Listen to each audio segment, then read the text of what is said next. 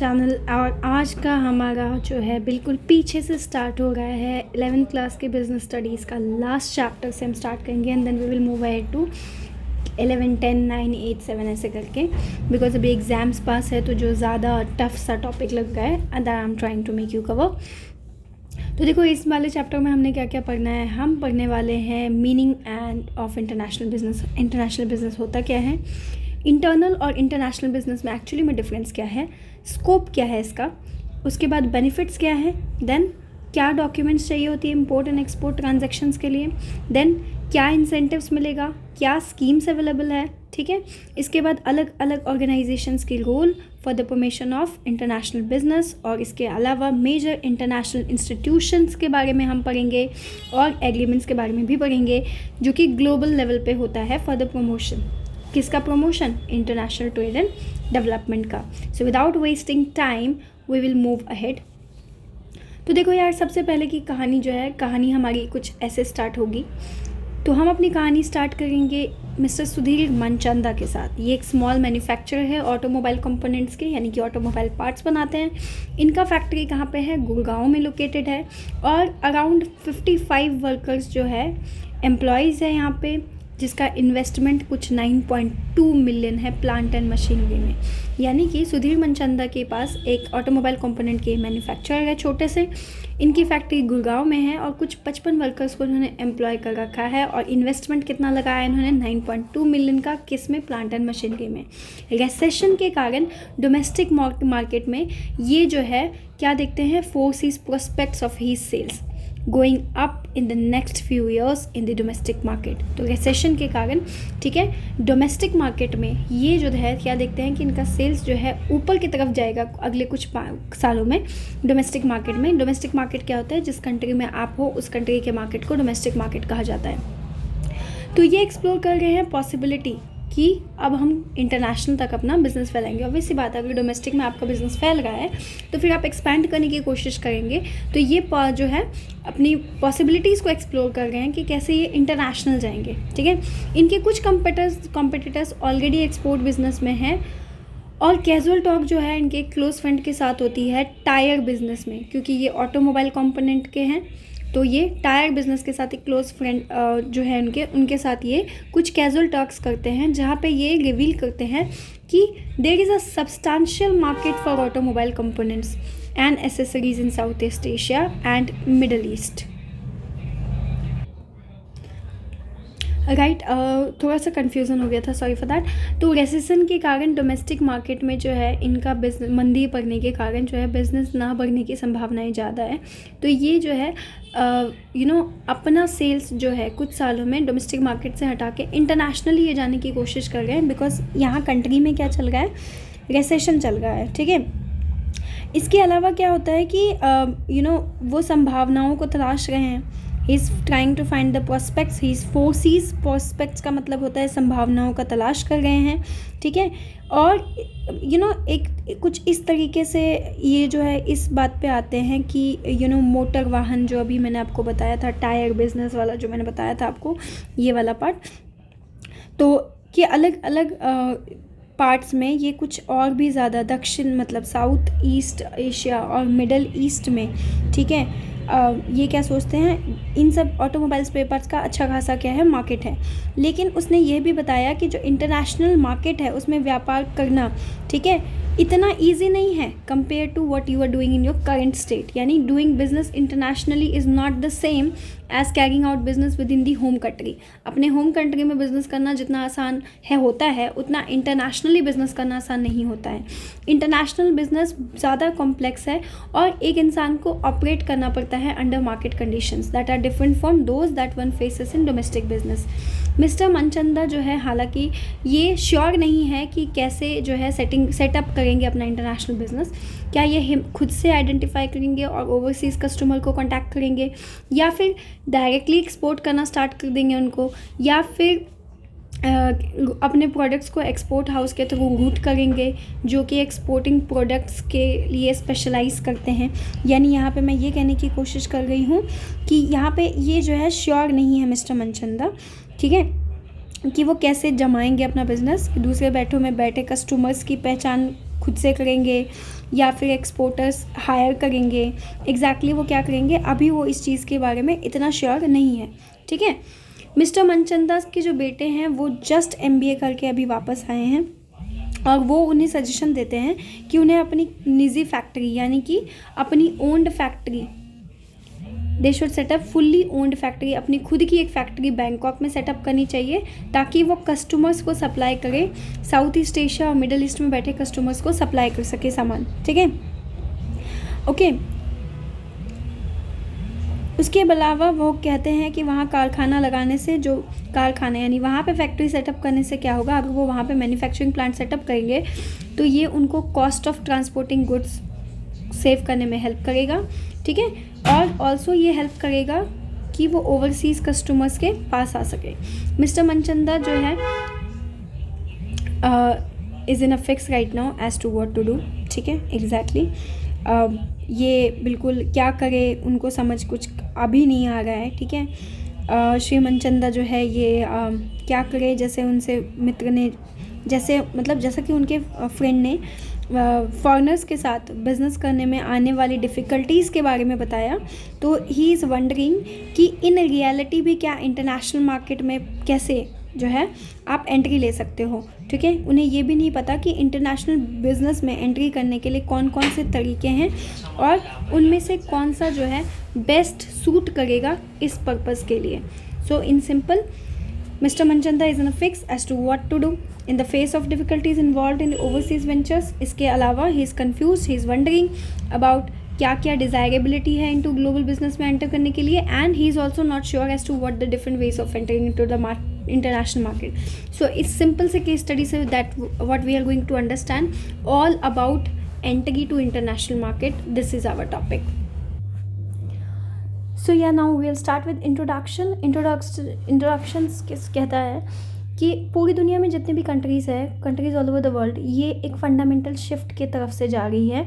और किस वे में ये जा रही है, whatever they are producing and market various products and services. इस पॉइंट से हम क्या समझते हैं कि यानी इस पॉइंट से हमने ये समझा कि पूरी दुनिया में there are different types of countries और उसमें जो भी गुड्स और सर्विसेज का जो भी प्रोडक्शन हो रहा है या जिस तरीके से उसका सेल का तरीका है, उसमें बहुत से चेंजेस आ गए हैं जो कि नेशनल इकोनॉमी के लिए एक तरीके का कहा जाए तो आत्मनिर्भरता के लक्ष्य को प्राप्त करने में लगी थी उस टाइम पे, मैं ये कह सकती हूँ। तो द नेशनल इकोनॉमीज़ हमारा अब तक का वो सेल्फ रिलायंस का गोल जो है परस्यू कर गई थी और ये धीरे धीरे क्या है डिपेंड हो रही है अदर्स पे for procuring as well as supplying various kinds of goods and services. ठीक है, तो अब ये अलग अलग तरीके के गुड्स एंड सर्विसेज को प्रोक्योर करने के लिए, ठीक है, और सप्लाई करने के लिए डिपेंडेंट हो रही है। ठीक है, दूसरों पे हम लोग क्या हो गए, डिपेंडेंट हो गए हैं। अपने देश की सीमा जो है हमारी इंक्रीज्ड क्रॉस बॉर्डर ट्रेड है और इन्वेस्टमेंट्स है, countries are no more isolated. तो क्या कह रहे हैं कि due to increased cross border trade and investment, यानी कि अपने देश की हमारी जो सीमा है उसके पार जो हम बिजनेस कर रहे हैं उसके बढ़ने के कारण अब हम लोग अकेले नहीं हैं, we are no more isolated.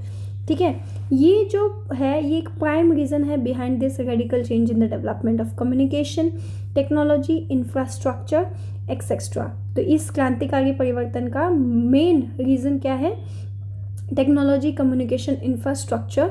ठीक है, और emergence of newer modes of communication, क्योंकि नए नए तरीके के मोड्स ऑफ कम्युनिकेशन आ गए तो डेवलपमेंट जो है फास्टर और भी ज़्यादा इफ़िशिएंट मीन्स ऑफ ट्रांसपोर्टेशन के कारण नेशंस जो है एक दूसरे के काफ़ी करीब आ चुका है।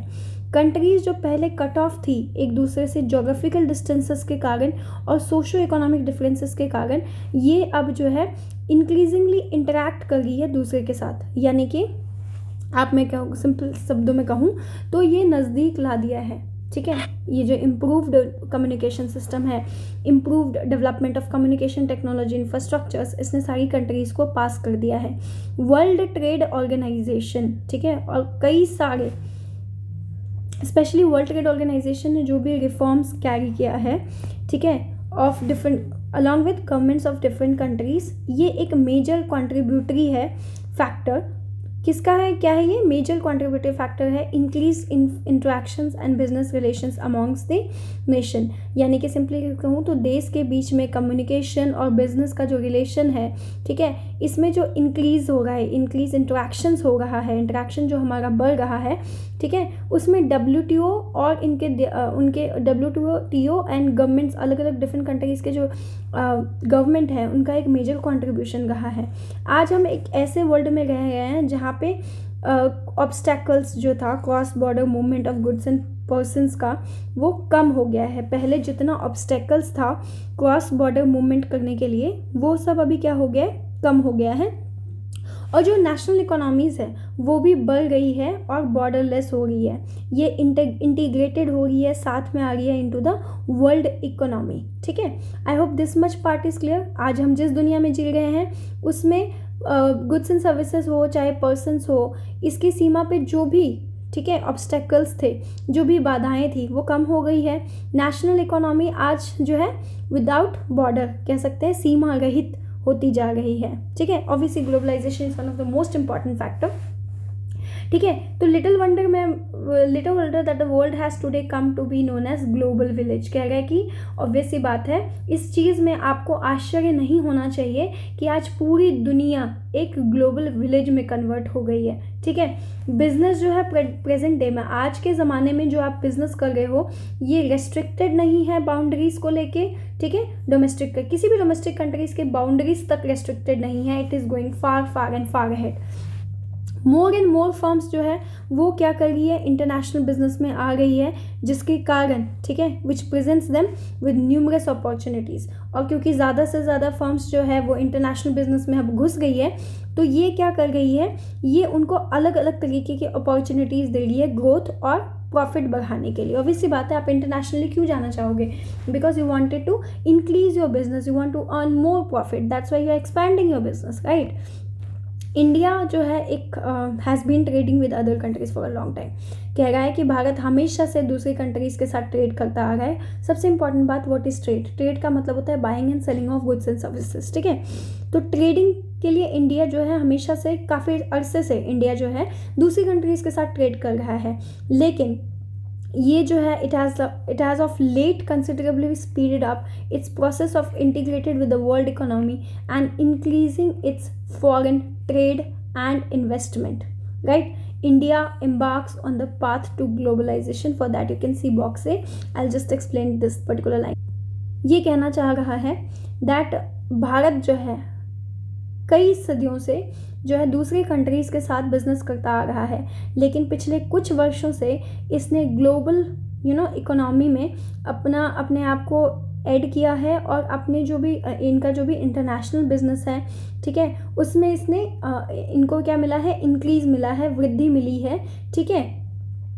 तो यही हम लोग पढ़ने वाले हैं।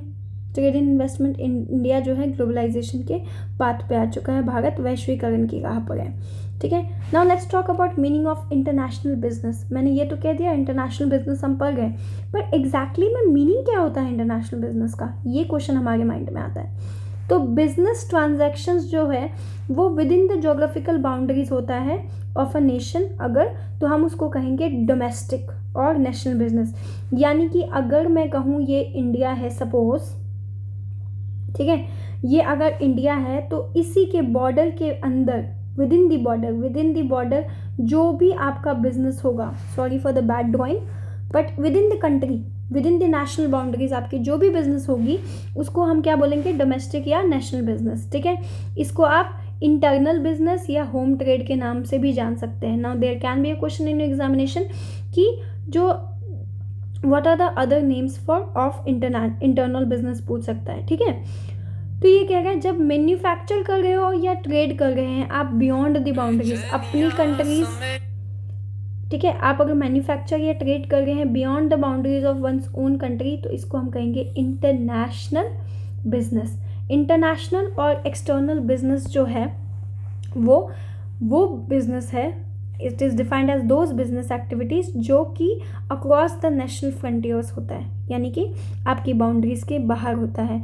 इसमें सिर्फ इंटरनेशनल मूवमेंट्स नहीं होती गुड्स एंड सर्विसेज की, पर कैपिटल, पर्सनल, टेक्नोलॉजी और इंटेलेक्चुअल प्रॉपर्टी, जैसे कि पेटेंट आपने पढ़ा होगा, ट्रेडमार्क पढ़ा होगा, ठीक है, नो हाउ और कॉपीराइट्स ये भी इंक्लूड होता है. It may be mentioned here that mostly people think of international business as international trade. अब ये देखो, बहुत ही ज़्यादा कन्फ्यूजिंग चीज़ है.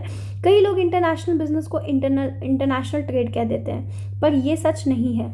इंटरनेशनल ट्रेड में एक्सपोर्ट एंड इम्पोर्ट होता है गुड्स का, but it has historically been an important component of international business.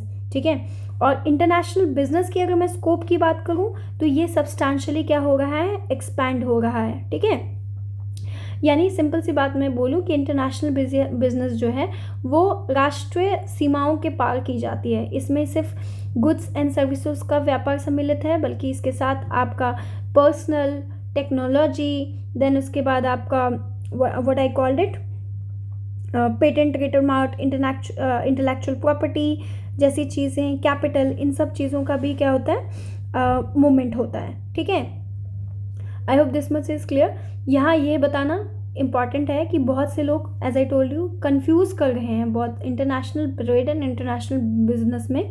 But the reality is कि इसमें कोई शंका नहीं है कि जो इंटरनेशनल बिजनेस है, ठीक है, यानी कि जहाँ पे गुड्स एंड सर्विसेज का एक्सपोर्ट एंड इम्पोर्ट हो रहा है, वो हिस्टोरिकली तरीके से अगर मैं कहूँ तो इंटरनेशनल बिजनेस का एक महत्वपूर्ण, एक इम्पॉर्टेंट पार्ट रहा है. लेकिन पिछले कुछ समय से अंतर्राष्ट्रीय बिजनेस यानी इंटरनेशनल बिजनेस का जो एरिया है वो काफ़ी इंक्रीज, एक्सपैंड हुआ है. It has substantially expanded. ठीक है, अब अगर मैं बात करूँ इंटरनेशनल ट्रेड्स इन सर्विसेज की, ठीक है, यानी सेवाओं का अंतर्राष्ट्रीय व्यापार, सॉरी मैं ज़्यादा हिंदी अगर बोल रही हूँ, तो इन जो सर्विसेज है, सर्विसेज जो है इंटरनेशनल ट्रेड का, उसमें जैसे कि इंटरनेशनल ट्रेवल एंड टूरिज्म हो गया, ट्रांसपोर्टेशन हो गया, कम्युनिकेशन हो गया, बैंकिंग हो गया, वेयर हाउसिंग हो गया, डिस्ट्रीब्यूशन, एडवर्टाइजिंग, ये काफ़ी बढ़ा है.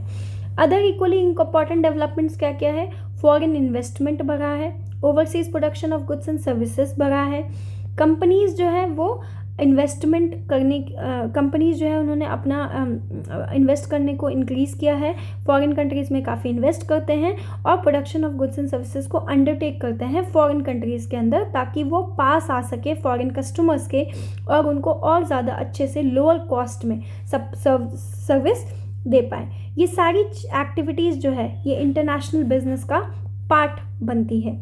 अगर मैं कंक्लूड करूँ इसको तो हम ये कह सकते हैं कि इंटरनेशनल बिजनेस जो है वो एक ब्रॉडर टर्म है, comprised of both trade and production of goods and services across the frontiers. यानी कि जो इंटरनेशनल बिजनेस है आपका, ठीक है, ये एक क्या कहते हैं, ब्रॉडर टर्म है जिसमें trade off production goods and services जो है अक्रॉस, यानी विदोस फॉरेन कंट्रीज़ के साथ बिजनेस और वहाँ के जो गुड्स एंड सर्विसेज जो है के प्रोडक्शन से मिलकर बनता है. क्लियर?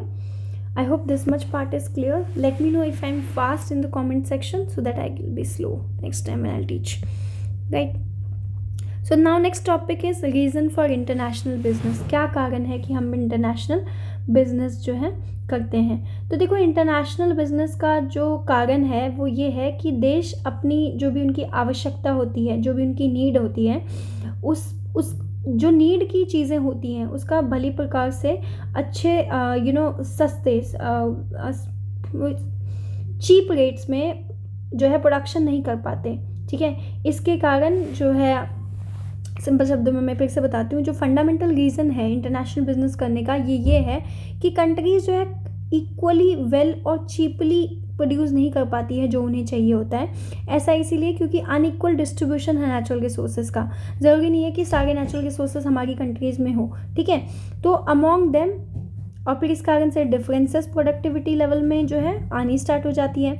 उसके बाद क्या होता है, वेरियस फैक्टर्स की availability of various factors of production की अवेलेबिलिटी जो है, जैसे कि लेबर हो गया, कैपिटल हो गया, रॉ मटेरियल हो गया, ये चाहिए होता है for producing different goods and services, और अलग अलग नेशन में ये डिफर करता है. हालांकि लेबर की जो प्रोडक्टिविटी एंड लेबर की प्रोडक्टिव एंड प्रोडक्शन जो कॉस्ट जो है वो अलग अलग कंट्रीज़ में डिफर करती है, बहुत सी इकोनॉमिक, सोशो इकोनॉमिक, जोग्राफी और पॉलिटिकल रीजंस के कारण. इन डिफरेंसेस के कारण ये अनकॉमन नहीं होगा, ठीक है, कि to find out one particular country being in a better position. यानी आसान शब्दों में मैं कहूँ तो मैं ये नहीं कह सकती कि एक कंट्री बहुत ही ज़्यादा बेटर पोजीशन में है, अच्छे से वो प्रोड्यूस भी कर रही है, चीप रेट्स में उसको सेल भी कर रही है। इट्स नॉट दैट पॉसिबल, ठीक है, to produce better quality products and lower cost than what other nations can do. यानी कि एक कंट्री कम रेट में चीज़ें बना के कम रेट में ही लोगों को बेच पाए, ये इसकी पॉसिबिलिटी बहुत कम होती है, because no country is that much rich in its natural resources. In other words अगर मैं कहूँ कि कुछ कंट्रीज जो है वो एडवांटेजेस पोजीशंस पे हैं in producing selected goods and services. एक सेलेक्टेड कुछ गुड्स एंड सर्विसेज को प्रोड्यूस करने के लिए कुछ कंट्रीज एडवांटेजेस पोजीशंस के पास होती है, because it has that much natural resources जो कि अदर कंट्रीज के पास नहीं होती, and that is why it can not produce that effectively and efficiently, और वाइस वर्सा। समझ गए? जिसके कारण हर एक कंट्री फाइंड्स करता है, यानी हर एक कंट्री समझता है इस बात को कि advantages to produce those select goods and services that it can produce more effectively and efficiently। यानी हर एक कंट्री वही प्रोड्यूस करने की कोशिश करता है जिसमें उसको एडवांटेजेस है, वो जो वो प्रोड्यूस कर सकता है। ये नहीं कि हमें लगता है कि हम सिल्क जो है ग्रो ही नहीं कर सकते, हमें पता है हमारे पास रिसोर्सेज नहीं है, फिर भी हम पागलों की तरह सिल्क को ग्रो कर रहे हैं। नहीं, we don't have that much resources. I am not talking about India, I am talking as in sense of suppose, let's assume, ठीक है, I am just assuming this factor, it's not possible. अगर मेरे पास है ही नहीं resource तो मैं produce नहीं कर सकती उस चीज़ को इफेक्टिवली एंड एफिशिएंटली घर पे या अपनी होम कंट्रीज़ में, और procuring the rest to trade with other countries with which the other countries can produce at lower cost. Therefore हम क्या करते हैं, हम उस कंट्रीज़ के साथ हाथ मिलाते हैं जो उस पर्टिकुलर चीज़ को कम रेट में कर सकते हैं, ठीक है। और यह एक कारण रहा है जिसके कारण जो कंट्रीज़ है ट्रेड करती है दूसरे के साथ और इंगेज होती है साथ में, यानी दो कंट्रीज साथ में, 3 कंट्रीज साथ में आती है, बायलैटरल कह लो या मल्टीलेटरल ट्रेड कर लो, और इसी को हम कहते हैं international business. I hope this much part is clear. Since the video is getting long, so जो है नेक्स्ट पार्ट मैं आपको इसमें अपलोड कर दूँगी। If you want me to upload the next part, आप मुझे कमेंट सेक्शन में प्लीज़ बता देना, because I have just started this since I am also reading this part of topic. So I would prefer अगर आप comment section में मुझे बता देंगे, as it will also motivate me, and then only I would proceed with that. Thank you so much for watching, and rest assured I will try to make it more crisp and more easier. If I am being fast, तो आप एक तो option होता है आप slow कर सकते हैं, सेकेंड ऑप्शन है आप मेरे को कमेंट सेक्शन में बता सकते हैं। If you like the videos, don't forget to hit like button, share it among your friends, and also subscribe to the channel. Thank you so much for watching.